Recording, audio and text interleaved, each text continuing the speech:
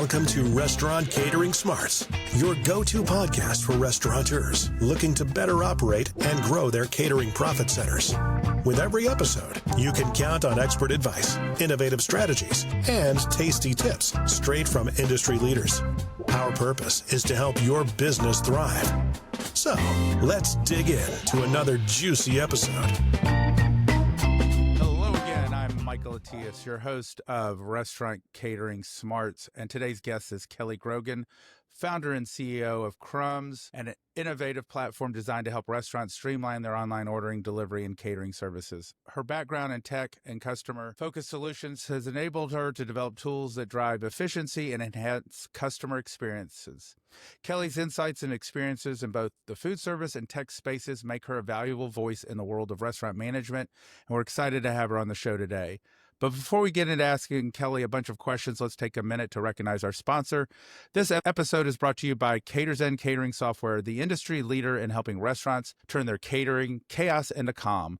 Discover why top independent and enterprise restaurants trust Caterzen to save them time and increase their catering sales. Go check them out at www.caterzen.com. Hey, Kelly, how are you? Hey, good morning. I'm great. How's it going? Good. So before I get into the fancy questions, I need you to give me a number between 1 and 1,000. 1 and 1,000. Let's go 11. Oh, that's simple. Too low? No, the higher the question, the deeper. So you probably picked a good one for first thing in the morning. Good. $9.99. What's the meaning of life? If you could be a character in a book or novel, who would you be and why? You know, that's a great question. If I had to pick a character in a book, I am going to go with, I'm going to go with the Hungry Caterpillar. I would love to be the Hungry Caterpillar because I love to eat and I love all different types of food. And I think what I love most about that book is that it's really about, taking time, enjoying life, reinventing yourself. And that sometimes you go into hibernation and you reinvent and you come out as a stunning, beautiful butterfly. So I'm going to go with the Hungry Caterpillar. I would not expect that. I've got a young niece and nephew, so maybe that's just because it's top of mind, not my life inspirations. But I mean, if I had known, I would have flown you down to Orlando and we could have filmed this episode in front of the teacup ride. Alice in Wonderland, that could have been another one. I mean, it's like, I don't know if I have a character that I would be. Probably James Bond. I mean, every dude likes James Bond. Yeah. You can't go wrong with that. Every guy thinks he could be James Bond, but the minute he tries to get out of that sports car, he wrenches his back and he's got nothing. It's a little low. Have you ever done curling? You know, the ice curling? You know, the stones? I haven't. I've seen it. I've watched it, I think, when the Olympics were on. But yeah, so there's a curling place in Nashville, and some buddies and I went a couple weeks ago. Ooh. And you know, when you watch the Olympics, like I have no athletic ability, but you know, when you want a gold medal because you see all these people winning, and you're like, you know, maybe I could qualify for the fast walking team. I've got that, and then you realize I'm too old for that. No. But I'm good with the broom. I could do the curling. Yes, exactly. Stick to using that and doing that around the house. No, I'm past Olympic prime. I'm in Special Olympics. Okay, let's get into some questions. Let's talk about CRUMBS. Give everyone a brief bio of how you got started in the food business and how you got to start CRUMBS and what that. Yeah. You know, I grew up working in restaurants, and so you name it, from a small little ice cream shack during the summer when I had to get like my little piece of paper that my parents would sign letting me to work, to working in a deli, to, you name it, from, hostess to busser to server to bartender. I just spent all of my, I would say, youth working various positions within the restaurant industry and really loved it. I went to school for sport management and communication, so slightly different. And just fresh out of college, I started working, I would say, with a sports organization, and was incentivized as a salesperson that the more money that these athletes spent, the more commission that I would make. And for me, as a hungry salesperson, I was like, okay, game on. I'll come up with anything and everything that I could give these athletes. Immediately, my mind went to, let's feed them. And they have to eat while they're here. And so I pretty successfully was able to take hundreds of these basketball teams that we were booking to come to Florida and feed them for breakfast, lunch, and dinner. And that was experiential dining of getting them to come as a team and go to a restaurant. That was box lunches courtside. That was, a quick, easy grab and go breakfast as they were running out of the hotel. And I was very lucky to have, a restaurant group that I was using to feed the athletes kind of pick me up and say, hey, why don't you come work with us? And that was, I would say, the start of it. And I haven't looked back since. So for the last 12 years, I've been focusing on how do you get more transactions through the four walls? And that has been with everything from, an individual, mom and pop restaurant that I worked at during the summer to large multi-unit operators to bowling alleys and hotels and edible arrangements. It was all about how do you, as a business in the local community, connect with others and get them to want to sort of work with you and utilize your services. And so about 2 years ago, I decided I really wanted to pursue that and sort of share that energy and excitement with restaurant operators that maybe don't have the resources to be able to do that on their own.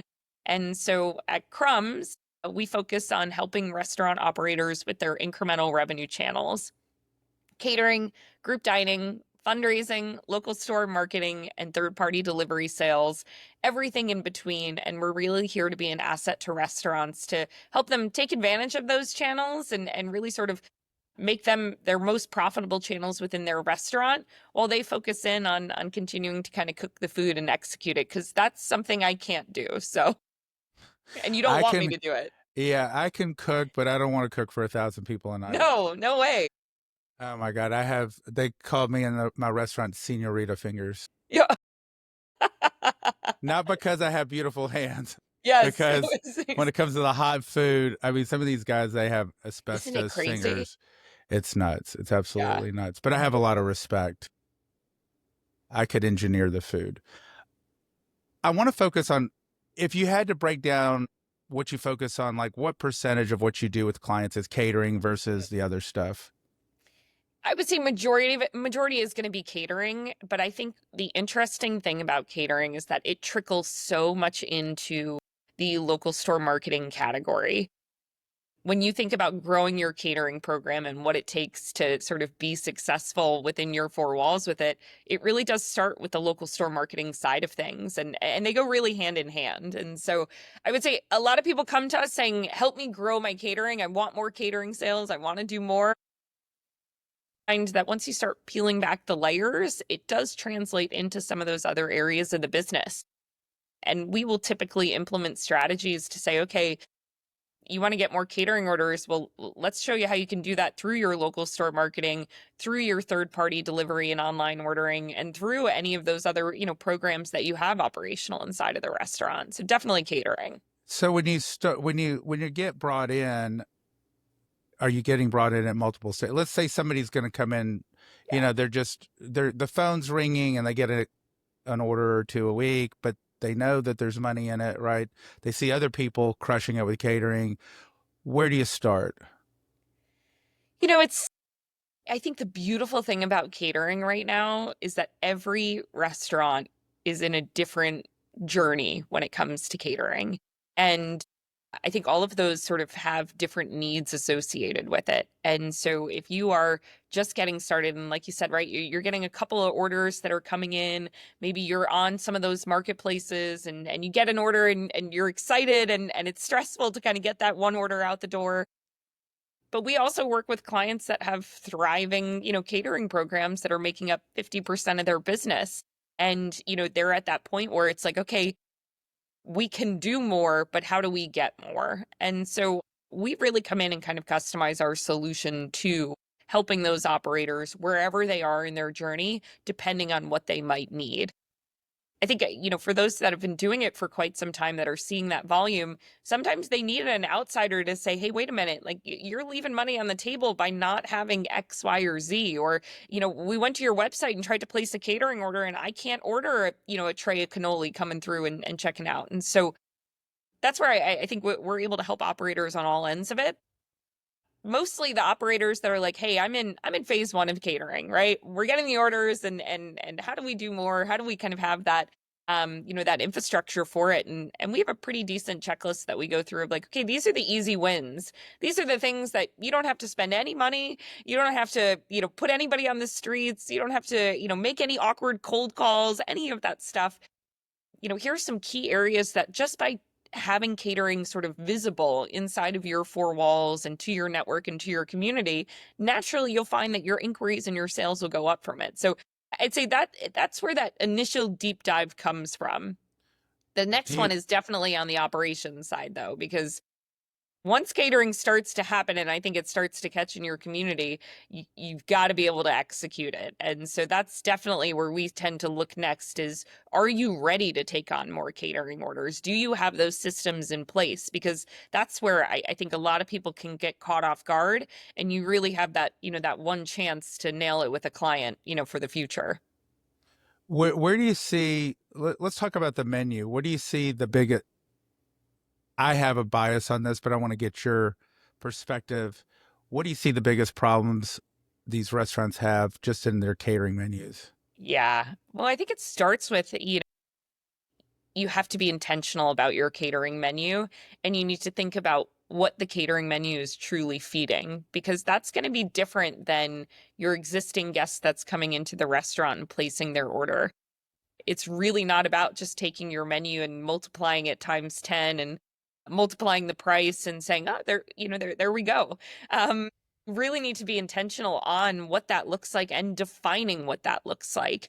A lot of times we'll, like chicken parm as an example, how many pieces does it come with? And how many people are you expecting that to serve? Are they small pieces? Are they big pieces? Is it that a different portion? Is it coming with pasta? And really being able to define that, because what we find is that consumers need it simple. They need it easy. You don't want them doing math. You don't want them trying to figure out. You don't want them guesstimating, because that's where your expectations will fall short on it. And so when defining that, you need to go line item by line item and say, is this a fit for our catering menu? Is this something that we can execute well? And is this something that's going to be craved by any of our customers?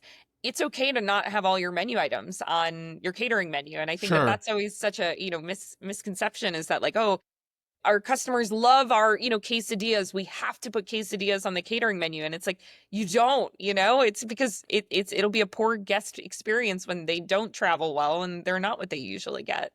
So I'd say, but that's probably where, we see the biggest sort of, issue with it. And then obviously there's some easy ones of, do you have box lunches, desserts, and drinks readily available? Easy wins. Right. I find when I was engineering menus for people, it was the full tray and the half tray. Yeah. And you needed somebody who was like the Albert Einstein of food math, right? Like, full tray feeds 20, half tray feeds 10. What do you do if you have 15? Yeah. Yep. So I'm definitely a big believer in the per person. And that takes, for some brands, it takes a while for them to sort of, well, how are we going to do that? Yeah. Well, you figure it out. You figure out the packaging. They just want to feed people. Totally. And they want it at the same price every single time. Yeah. And, it's, I always, the amount that it feeds is always something that surprises me with restaurants. Like, I love when I get a menu and I'm like, what do you mean it feeds 8 to 12? Like, is it 8 or is it 12 or is it 10? And well, it depends. If it's eight Kellys or 12 exactly, Michael, 12 Kellys, it feeds. You should put feeds 8 Michaels, 12 Kellys, and they'll know exactly. We could be the face of catering portion size. Totally, because guests don't, they don't know, and Gosh, you see it, and we see it right on the third parties. People don't know how to do math. And so the more you Oh my complicate it for God. them, and the more they have to question and have that anxiety inside of, is this going to feed enough? Is this going to be enough food? Is the Yeah. worst part about ordering catering. And so if you can't make that crystal clear for your customer, they're going to want to go somewhere else just because it's easier. Yeah. You know, what's funny is when I was at Mertech, like the shit that comes out of my mouth, I feel like I'm possessed with funny shit and sayings. Now I'm all over the board. I was in the Uber the other day. I'm talking to my friend. He goes, I'm glad you hung up before you got out because the shit that comes out of your mouth, like, I don't know where you come up with these sayings. And I like to use analogies because people don't pay attention, but they pay attention to things that are descriptive. Yeah. So this is going back a long time ago. We used to say, you know, our party pack, it's enough barbecue for 1.5 good sized sandwiches a person. And so Yeah. people get, oh, that makes sense. And I go, what you usually find is everyone will come get a sandwich, and a lot of the bigger guys will come back and get a second sandwich. Everyone goes, oh, that makes sense. So I'm going to have enough food, right? Yeah. And you've got to paint that picture of what they're, you know, what they're Totally. getting. That's it, and that's even where, the other easy win that we find are like the catering packages, right? People just want simple, and if it's their first time ordering from you, they may not know that you need to be ordering potato salad or that it doesn't come with coleslaw or, Right. and so by giving them the full picture to say, yes, here's your all-in package, one-stop shop, one click, make it simple and easy.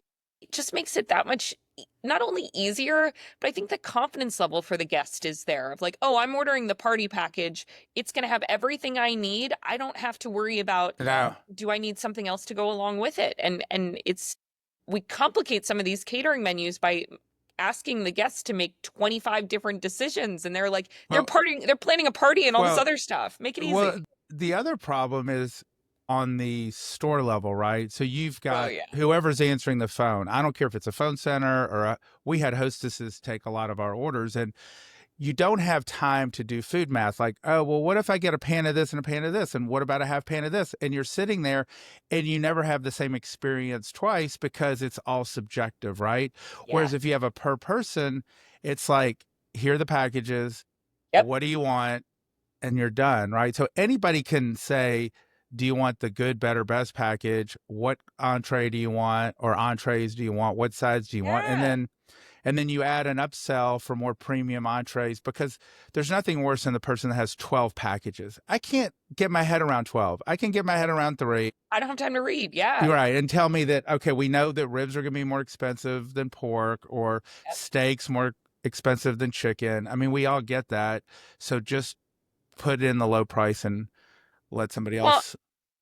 And you nailed it, right? Like inside of the restaurant, not only for the guest ordering or the hostess and training on that, but like the operations side.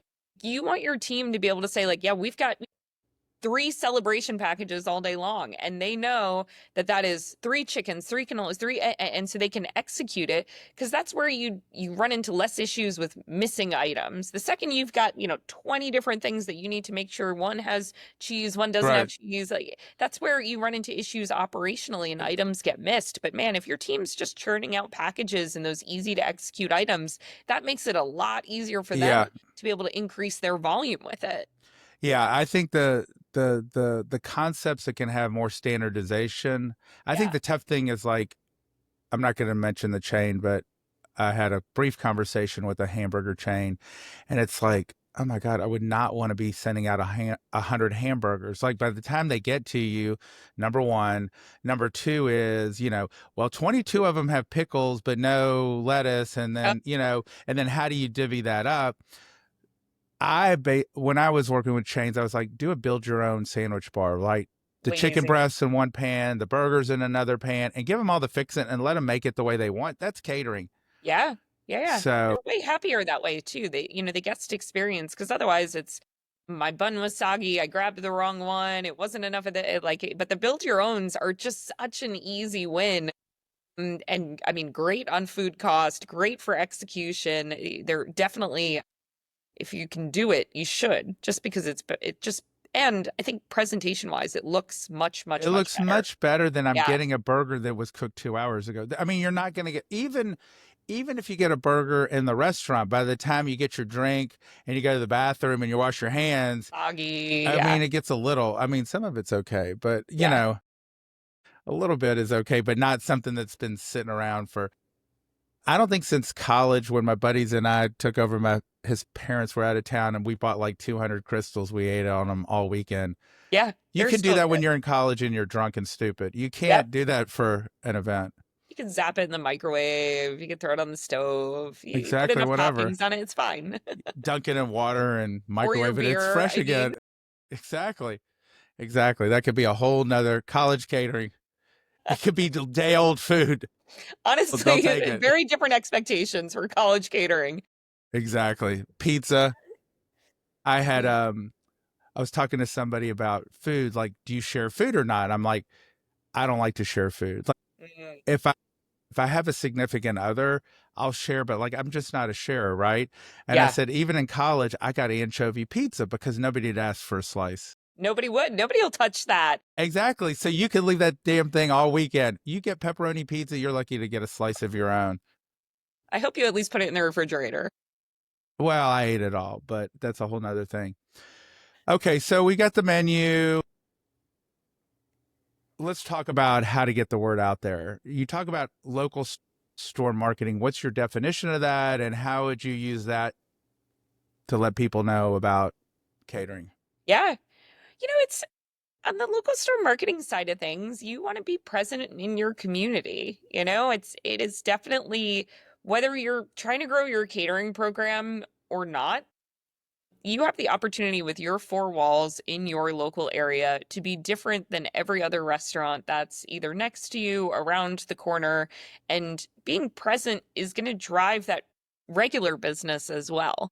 And so knowing your community and actively taking a position to know who's out there, know what's happening, know who the sports teams are, know the head coach, know the, things like that. That's what's going to make a difference when you start sort of promoting and talking about your catering. So I think it really starts there in having a team that's prideful of their four walls and wanting to be sort of that restaurant that's different. I think there's, no question there's a lot of chains and restaurants and things popping up. And so competition's out there, right? You see it on all of the marketplaces and platforms. And so how do you differentiate yourself? And I think it starts with kind of being present. I think it also starts with having a trained team, right? Making sure that your team's excited and can talk about it and can, help sort of look for those opportunities. And I'd say two things. One, it starts with your four walls. Do I know that you do catering from the second I walk into your restaurant to the second I'm leaving it to later on when I'm driving past your restaurant? Where is that sort of, promoted and talked about? You'd be surprised how much just putting up a sign can do for your restaurant, right? Whether it's inside or it's outside. Right. Acknowledging that you do cater and it's sometimes we get lost in the word cater and it's more like we do parties. We feed groups of any size. There's a lot of different ways to talk about it. And then I would say outside of that, it's how are you leveraging customers that are already ordering from you, managing your database, and then hitting the streets and using your resources to make sure every local business, and I mean every local business, knows that you cater and you can deliver and you feed groups of all sizes for whether it's a tray of pasta or it's individual lunches for the 5 people that are in the office. Being connected with those businesses in any capacity is going to be really critical to spreading and talking about the awareness of your brand. Why do you think, I've worked with a lot of chains over the years. I'll just use them as an example.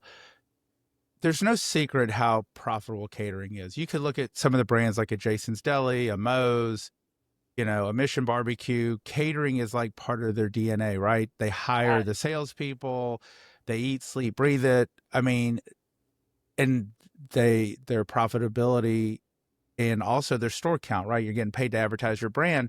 Why do you think a lot of these brands, like, I'm not going to say turn their nose up at it, but they just like, it's almost like, you see there's gold out in the streets and you're going Yeah. to walk over the gold and go pick up sand. Like, why do you feel that they're just so tone deaf to it? It's extra work, right? It is a different business unit that if you do not put the attention towards it, it's not going to grow. And so I believe it, and we see it especially from a training standpoint. Just like when this is so like a large chain, right? You hand out these playbooks and you tell all of your GMs and AGMs, hey, this month we're focusing on car dealerships. Like, go get car dealerships. And you've got these managers that are like, I'm trying to deal with a person that didn't show up for work today. I'm trying to manage my food costs. I'm fixing the oven that just broke in the back. And there's all this noise and things that are going on. And they're like, car dealerships, like, what do I say? What do I do? I don't know how to work with car dealerships. And so you'll get some managers that'll pick up the phone, they'll call, they'll get hung up on. It'll be a terrible experience. And they're like, okay, I did it this month and I didn't get anything. And so I don't care about catering sales, I told right? you so. Yes, exactly. And they're like, this, I hate it. It doesn't work. We're not a good, and there's all these excuses because it's a poor experience for them. And so they're not bought into it. But And go ahead, keep going. no, and so I think that's where it really starts with is like, it is a cultural shift to say catering is a priority and we are dedicating resources to do so, whether it's through those training programs. It is, you need to commit an hour, 2 hours, 3 hours, whatever your brand standard is a day, to lean into this, to make it a top priority. You need to invest in it. And I think that that's unfortunately, when you look at the line items that these restaurants are investing in, their catering is falling to the bottom of it. And that's why it's not growing. But do you think that GM is a person to wave the flag of growing catering sales? I think they need to be. And if they're not, then I'm going to say they may not be the right GM for you. I'm going to push back on you. Okay, tell me more. You know, there's a saying that somebody taught me a long time ago. You can't turn chicken shit into chicken salad. So accurate. they're not salespeople, right? A lot of them aren't. They're good leaders, but they're not salespeople. I'm not saying they can't go lead. Like you said, they're focused on operations. Yeah. If you look at bringing on a good catering salesperson, right? Yeah. And think about this as an investment, right? I'm going to invest in a piece of equipment. What's my ROI? I'm going to buy the software. What's my ROI? If you break even on a good salesperson, the first year, right? The next year, they're getting that business back, hopefully, and then more. You're getting an ROI. And it's probably a 50% ROI, 75, 100. And then if you look at what it could bring to the bottom line, I can tell you that some of the clients I work with, they're doubling their profits. Well, to think about, am I going to spend $800,000 to build a second Firehouse Subs? Or am I going to invest in a catering salesperson for my 4 stores or whatever and hustle? Yeah.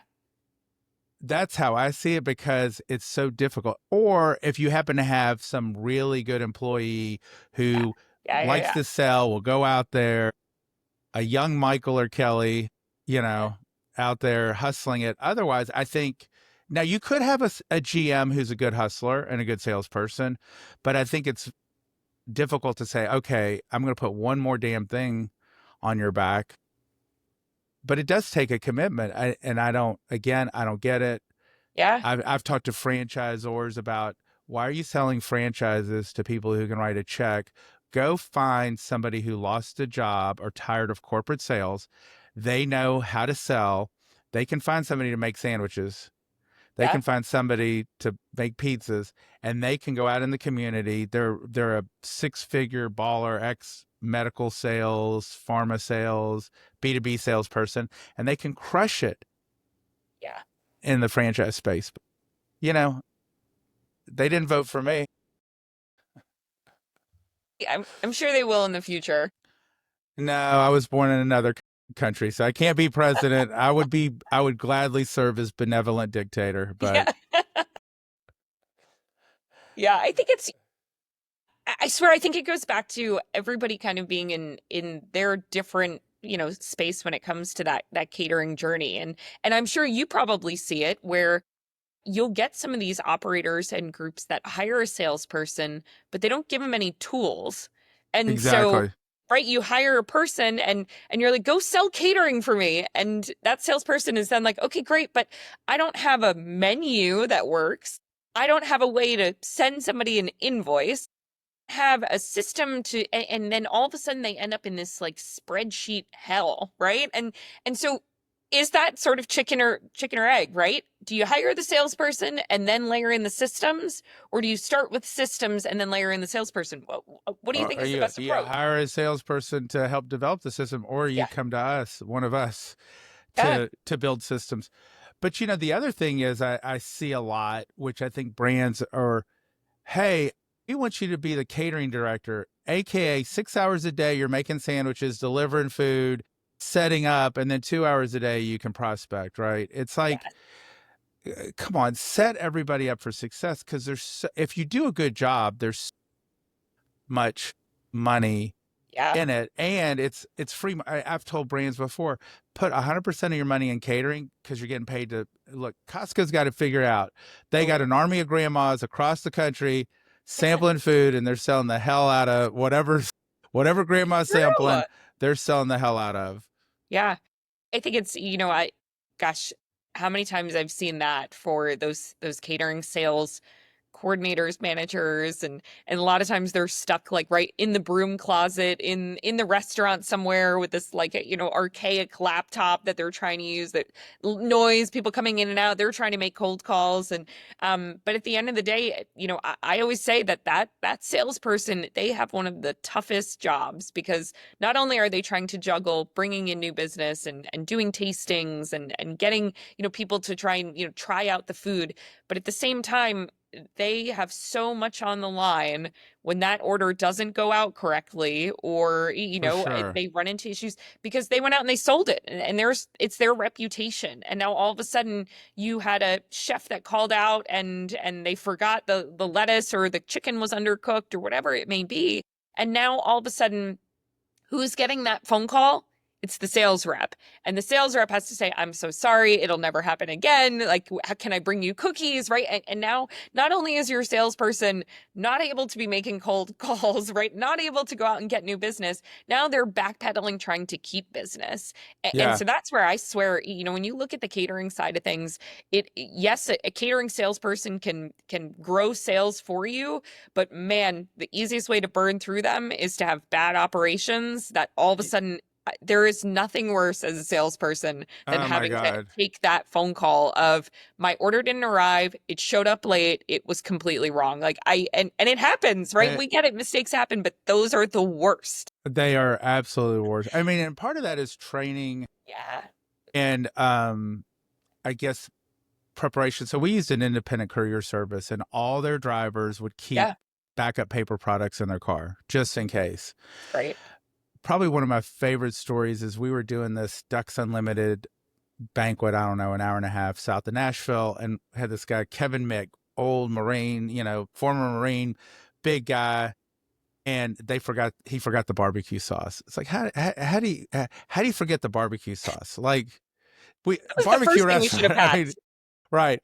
So to his benefit, he ran to the grocery store and he got like 3 different brands and mixed them together. Hey, homemade. It was, you made it work. Exactly. So he gets an A for effort. Nobody knew any differently, but you're absolutely right. As a salesperson, you have to believe. And even in my company, I tell my employees, I don't care if you've got to take your dog for 4 hours to get doggy dialysis. I don't want to get a call that you didn't follow up with somebody, you didn't do Yeah. something. And when we sell, it's the same thing. I tell people, I Ugh, go, you don't understand. Like, I'm not, I have no debt. I'm not beholden to private equity or venture back or partners. I'm not going to sell just to sell, because I no. don't need a call in 6 months saying, hey, you sold us this bill of goods and the software doesn't work. You promised us this. Like, there's not enough money to deal with that stress. Like, I want to go to bed at night knowing everybody loves me. Totally. And that is like, when you look at the catering side of things, having those systems in place to be able to know that like you're not missing an order, or you have a checklist for items that are going out, or the team's prepared for it. Like, because that is the easiest way to prevent your catering program from growing by providing poor experiences. You have one shot to get it right with a customer. Some customers are very generous and they'll give you a second one. But outside of that, man, Yeah. there is no wiggle room, because I've been there where I ordered food for a party, an office, a meeting, whatever it was, and you're standing there and 30 people are staring at you like, where is our Where's my food? Because in that scenario, those 30 hungry individuals, they're not blaming the restaurant. They're looking at you, right? They're Yeah, looking at that exactly. office manager. And so that office manager is like, Susie, where is the order? Do you know who Mike Roman is? I don't know. So this is where history, the real students of the game study history as far back as it goes, right? So Yeah. I guess the OG caterer was Moses. He got the Jews to go in the desert for a barbecue. But besides that, I don't know that there's any biblical documentation about how he set up the buffets. But Mike Roman had a company called Cater Source. He had a big catering company in Chicago, and he started a consulting company, the Cater Source show. Yeah. He had a newsletter. He used to travel around the country and do like seminars in hotels, 10, 20 people. And then he put on a big trade show, and he died a while ago. Gentle giant, very smart. And one of the things he said is people are not buying food.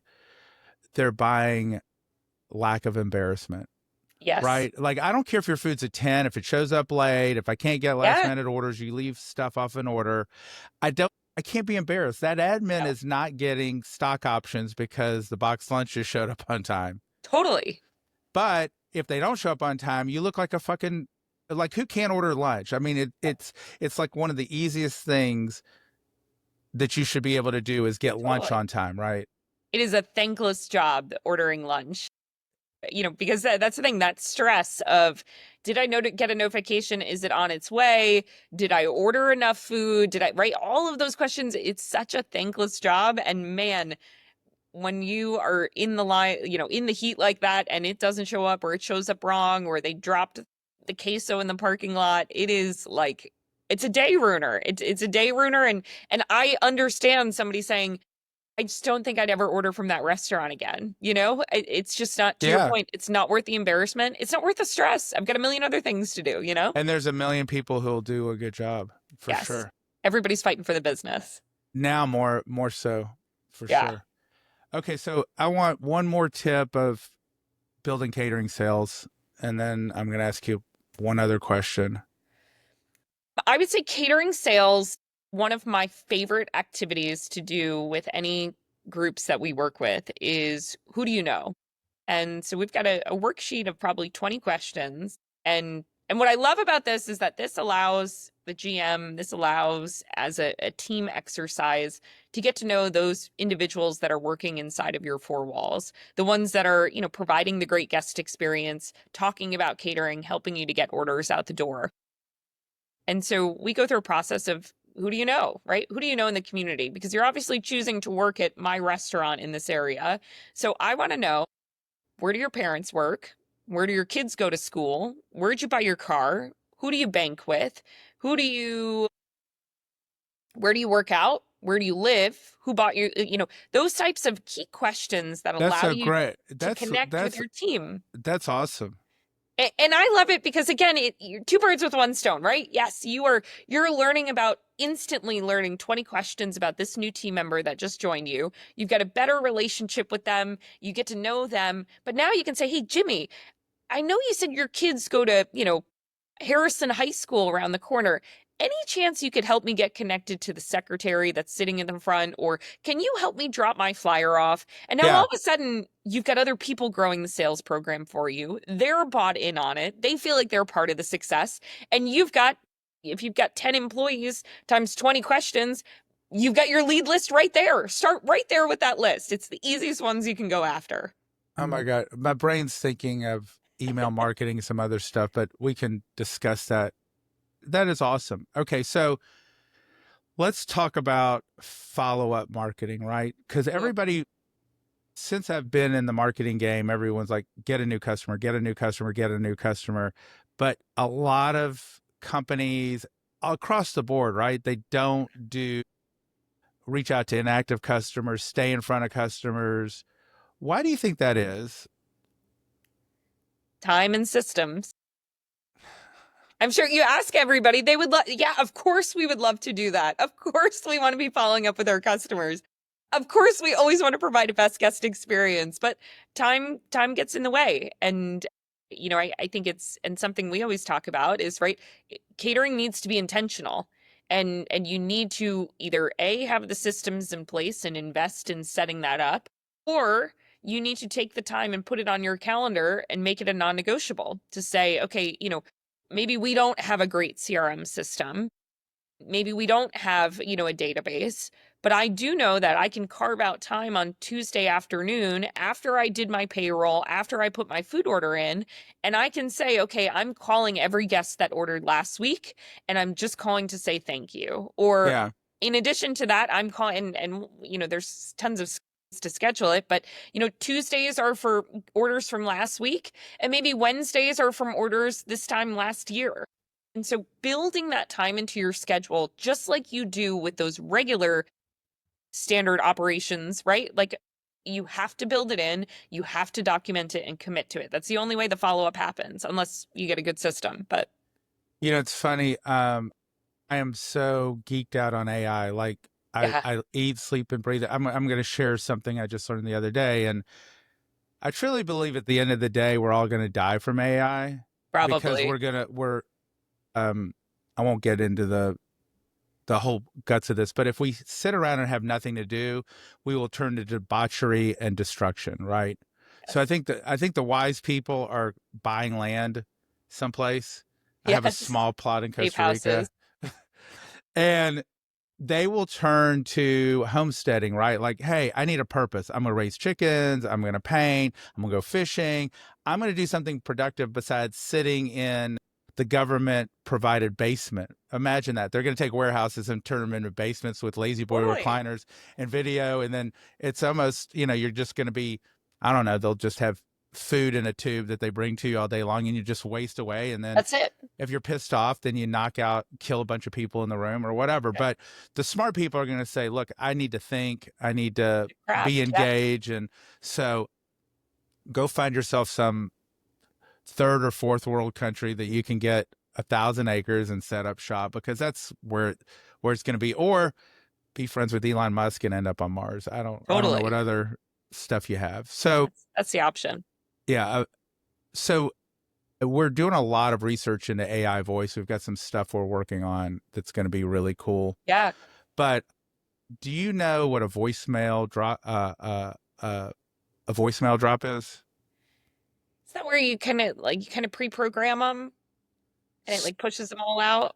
Sort of. It rings the phone once and leaves a voicemail. So they don't talk to somebody, right? Yeah. They have a service that will do it in your voice, and you can mail merge in field. So I can say, hey, Kelly, this is Michael from Corky's Barbecue. Just wanted to check on your order. If, hopefully it was perfect. If it wasn't, please call me back. Well, shit, You've just done all your calls. It's amazing.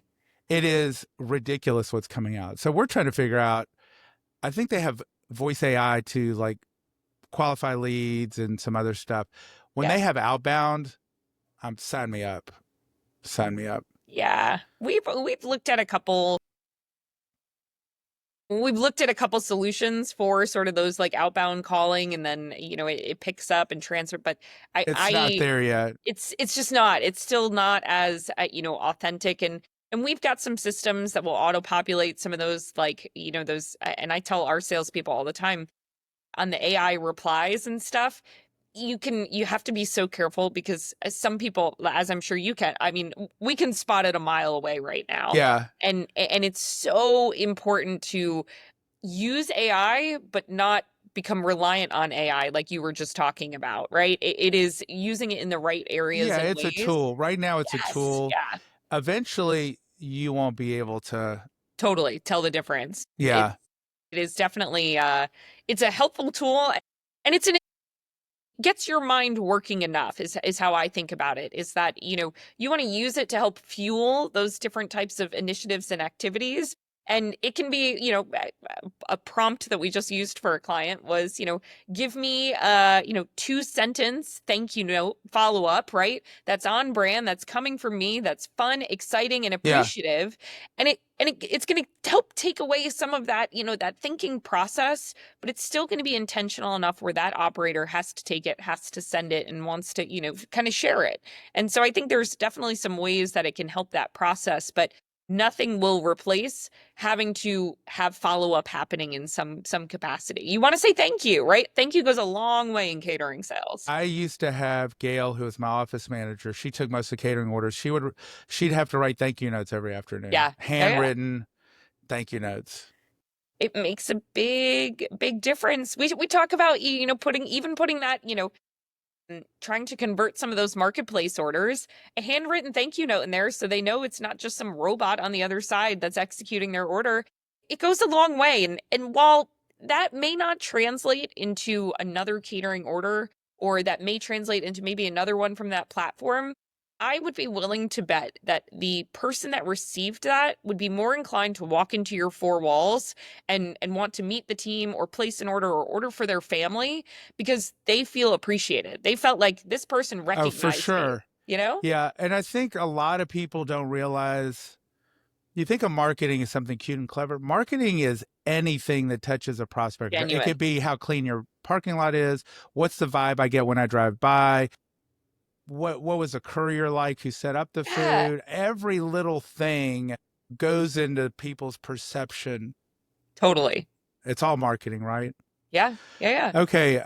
As we're sort of winding down, any last caterpillar thoughts?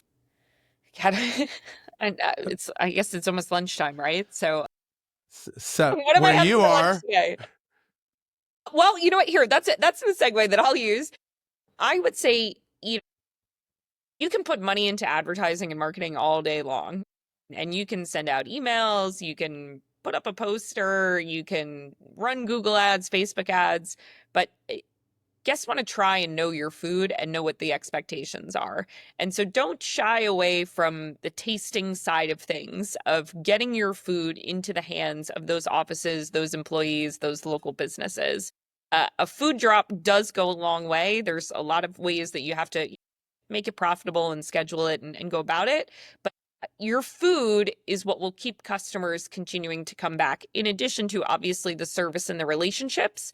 But you want to make sure that your food is your best sales tool. So get it out there, get it into people's mouths, make them eat it, make them crave it, make them understand that, gosh, we could have this for catering. That's what I'm craving. That's what I'm wanting. So take the time to get your food out into that local community. Food. I've sold more caterings because of free food. I will throw I'm going to throw one little cherry on top of the sundae, which is, don't give people a discount on the first order. Give them a gift card on the first order. Yes. Nobody gives a shit that their boss is going to save $30, but if they can get a $30 gift card on a first order that they can use for themselves, it's what's in it for me.